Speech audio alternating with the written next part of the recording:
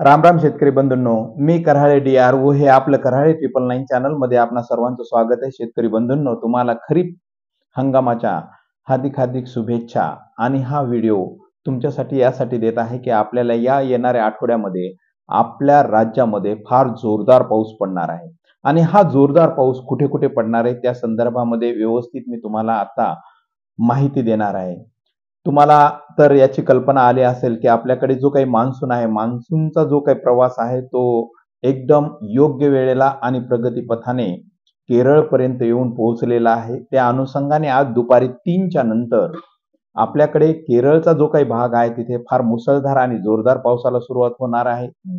दक्षिण भारतामध्ये पावसाला आजपासून सुरुवात होईल. तसं तर म्हैसूर आहे, कोल्लम आहे, या भागामध्ये जास्त पाऊस होईल व त्याचप्रमाणे तो जो काही वारा आहे त्या वाऱ्याच्या वेगानं हे आंध्राच्या भागांमध्ये पावसाला जोरदार सुरुवात करेल. परंतु हा पाऊस आपल्याकडे आता पूर्व मोसमी महाराष्ट्रामध्ये किंवा कुठे आणि किती पडणार आहे हे महत्वाचं आहे. आणि उद्या 1 जून पासून आपल्याकडे जे काही उन्हाची तीव्रता आहे ही तीव्रता कमी होऊन तापमानामध्ये थोडासा बदल होईल व आपल्याकडे जी काही उन्हाची दाहकता आहे ती कमी होत जाईल.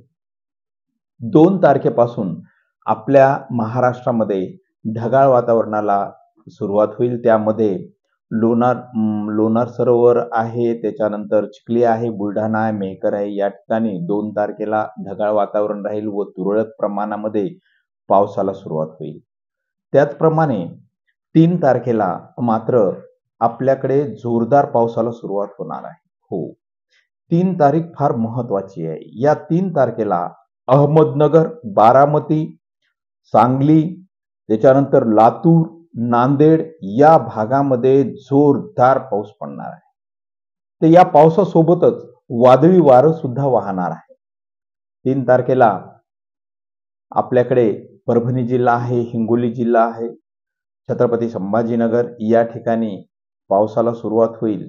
आणि 4 तारखेला मात्र आपल्या महाराष्ट्रामध्ये सर्वदूर आणि समभागामध्ये बहुतेक ठिकाणी पाऊस पडणार आहे.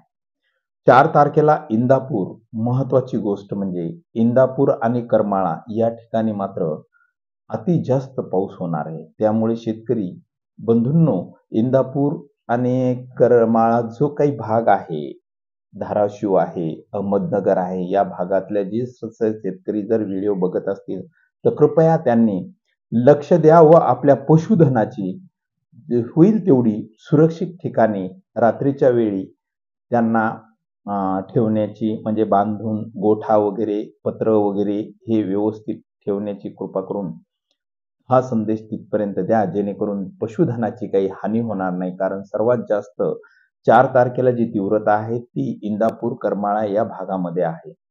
त्याच अनुषंगाने आपल्याकडे परभणी जिल्ह्यामध्ये सुद्धा पाऊस फार चांगला पडणार आहे. याची सुरुवात मात्र परभणी जिल्ह्यामध्ये वसमत, पूर्णा, गंगाखेड, जिंतूर या ठिकाणी चांगला पाऊस होणार आहे.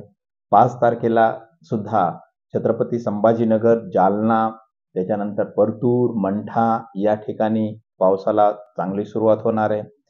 तसंच 5, 6, 7 तारखेला बहुतांश ठिकाणी हा पूर्व मोसमी पाऊस महाराष्ट्रातला बहुतेक भाग पावसाने ओलाचिंब करणार आहे. खानदेशमध्ये सुद्धा 4 तारखेला आणि 5 तारखेला जळगाव, मालेगाव, धुळे, नंदुरबार, साक्री या ठिकाणी वाऱ्यासोबतच चांगला पाऊस होणार आहे. परंतु आपल्याकडे जो काही पाऊस होत आहे त्या अनुषंगाने विदर्भामध्ये मात्र यावेळेस हा जो काही जूनच्या पहिल्या आठवड्यामध्ये पाऊस पडणार आहे तो फार कमी आहे. यामध्ये फक्त यवतमाळ, अमरावती ह्या भागामध्ये ढगाळ वातावरण राहील 3 ते 6 तारखेपर्यंत, 6 जून पर्यंत. आणि यवतमाळचा काही भाग, पुसदचा काही भाग या ठिकाणी हलका मध्यम स्वरूपाचा पाऊस पडेल. अकोला वगैरे या साईडचा थोड्याशा भागामध्ये ढगाळ वातावरण राहील व 7 व 8 तारखेला मध्यम स्वरूपाचा पाऊस पडेल. अशा प्रकारे शेतकरी बंधूंनो, आपल्याकडे 2 तारखेपासून तर 8 तारखेपर्यंत आपल्या महाराष्ट्रामध्ये जोरदार पाऊस पडणार आहे. यामध्ये सर्वात महत्त्वाची गोष्ट म्हणजे सर्वात जास्त पाऊस हा नांदेड विभाग, लातूर विभाग, छत्रपती संभाजीनगर या ठिकाणी जोरदार पडणार आहे. त्याचप्रमाणे जो काही मी अगोदर सांगितल्याप्रमाणे सांगलीचा जो भाग आहे, कोल्हापूरचा आहे, पंढरपूर आहे, जत आहे, या ठिकाणी सुद्धा जोरदार पाऊस होणार आहे. तेव्हा शेतकरी बंधूंनो, हा पूर्व मोसमी पाऊस आहे आणि 8 तारखेच्या नंतर याच्यामध्ये थोडासा खंड स्वरूपाचा पाऊस 15 तारखेपर्यंत म्हणजे 12 ते 15 तारखेपर्यंत कुठेतरी विस्तृत स्वरूपाचा पाऊस आला, कुठे मध्यम स्वरूपाचा, कुठे हलका स्वरूपाचा, तर कुठे जोरदार असा काही तुरळक ठिकाणी पडू शकतो. त्यामुळे शेतकरी बंधूंनी पेरणीची गडबड मात्र या पावसावर करू नका.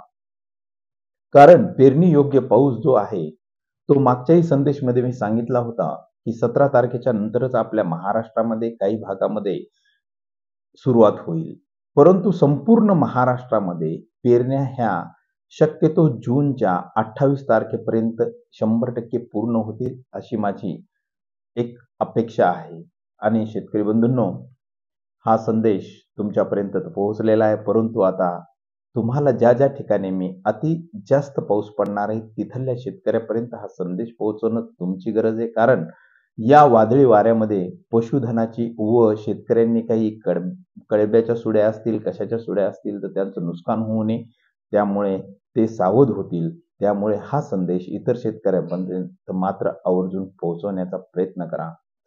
व ज्या शेतकऱ्यांना कापाशी लावायची आहे, तर परभणी जिल्हा, हिंगोली जिल्हा, नांदेड आणि छत्रपती संभाजीनगर आणि अहमदनगर या जिल्ह्यातील शेतकऱ्यांना सांगू इच्छितो, की त्यांच्याकडे जर पाण्याची उपलब्धता असेल, तर 2 तारखेला, 3 तारखेला त्यांनी काही कमी प्रमाणामध्ये 2-3 एकर क्षेत्रावर धूळ पेरणी तुम्ही करू शकता किंवा हळद लागवड करायची असेल, तर हळद लागवड बिलकुल तुम्ही करू शकता. कारण हा पाऊस 8 तारखेपर्यंत आहे. त्यानंतर थोडासा 10 दिवसाचा खंड म्हणा, 20 तारखेपासून 19 तारखेपर्यंत आपल्याकडे मान्सूनचाच पाऊस चालू होणार आहे आणि जुलैच्या संपूर्ण महिन्यामध्ये भरपूर पाऊस पडणार आहे.